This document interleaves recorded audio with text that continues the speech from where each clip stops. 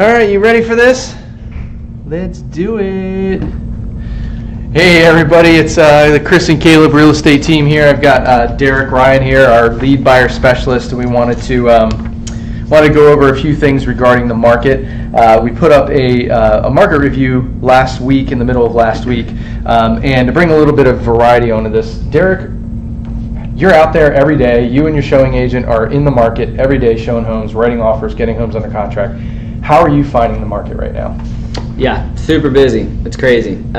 Almost everything that I am seeing around Chester County, whether that's Phoenixville, Coatesville, Downingtown, Westchester specifically as well as O&J, all the way down to Avon Grove.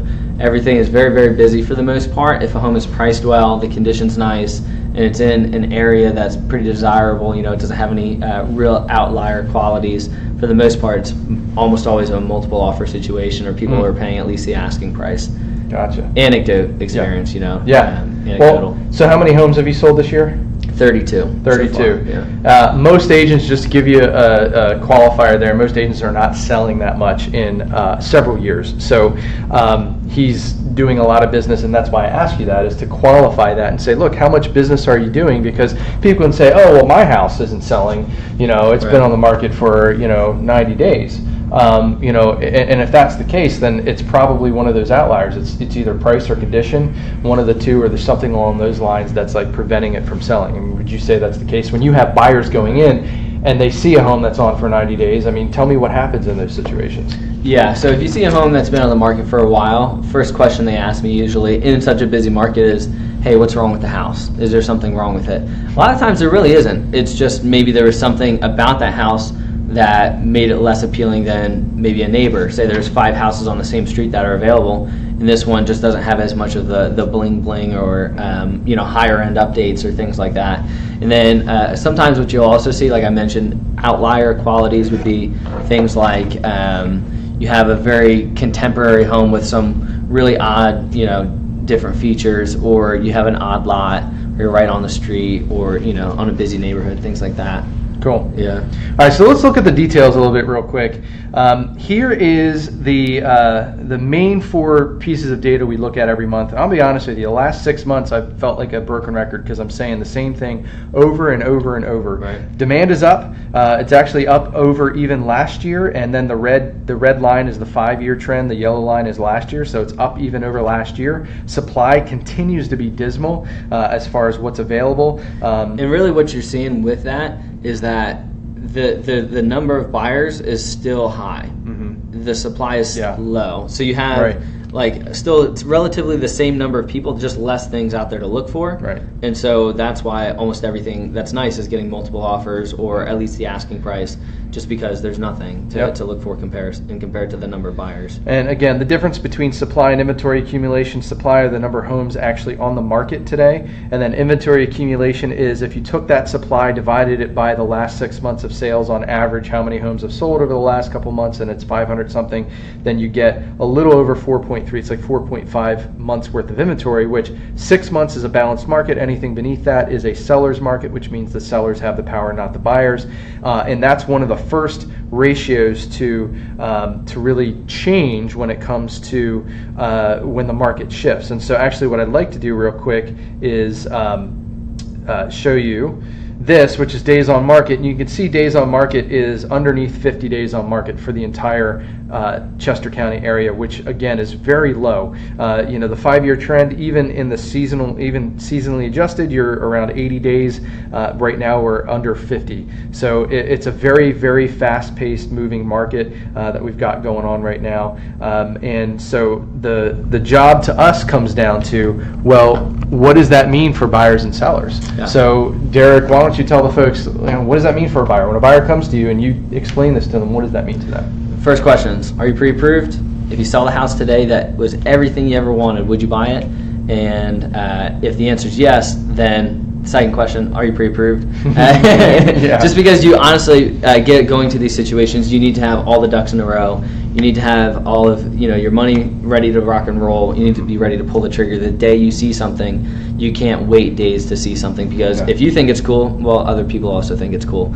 I've had this one couple. We put 4 offers in on places all had over 4 offers on them. And then we put offers on these places all within the first 3 days they came on the market. Wow. They eventually got the 5th house, which is cool, which is also a multiple offer situation.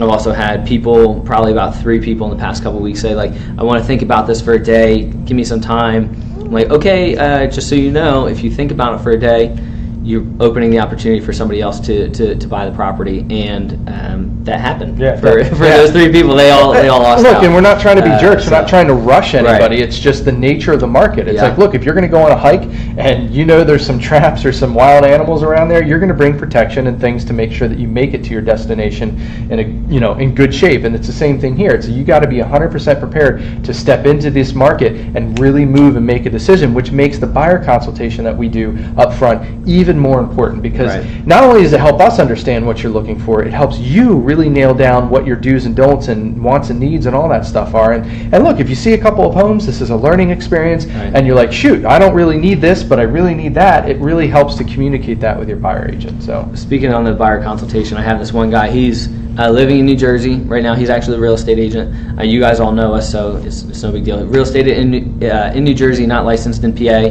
His mother is looking to purchase something in this area, and he calls us on one of our listings. Hey, we want to buy this. We want to see it right now. I'm like, great. Ask him, are you pre-approved? What's the situation? Filling you in. I'm like, okay, what happens if this isn't the house for you?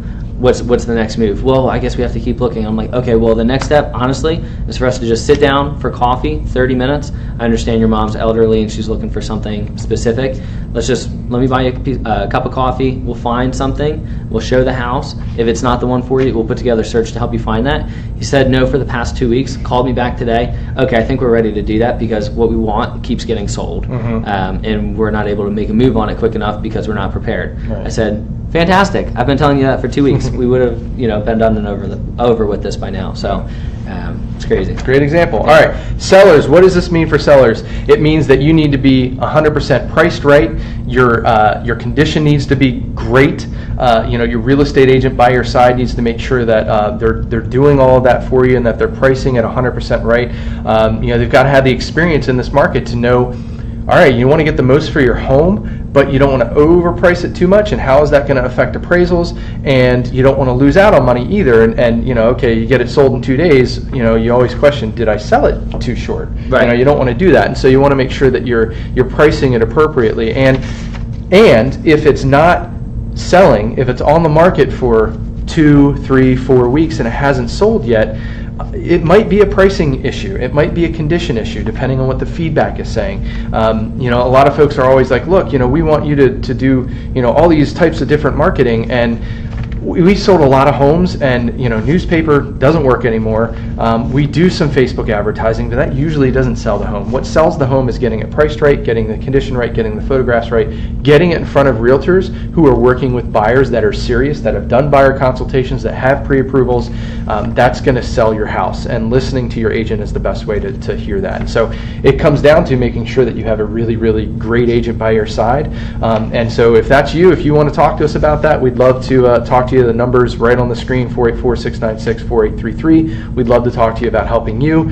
And that's it. Any last words? I just got to back you up on the trust the agent, have a good agent. You don't want to be stuck with a weak agent in a weak moment. You're scrolling through Facebook. Oh, this property just popped up. I really want to see it. And then have to sort of backtrack. Okay, well, how do we figure that out from there? You want to be proactive in getting the plan started. And then on the selling side, definitely trust the agent in getting that property out to other agents, because like you said, Facebook attracts a certain type of person. It attracts buyers for the most part, and the buyers that it's attracting are buyers that aren't looking with real estate agents for the most part. Otherwise they would have had it sent to them by the real estate agent before it went on Facebook. So just be aware of that. Lastly, this dude's getting married on Friday. Get married on Friday. So anybody who has any good marriage advice, feel free to put it in the comments. That would be helpful. I take that one to the bank. Yeah, that's right. All right, guys, appreciate you being here. Until next time, we'll see you later. See you. Thanks.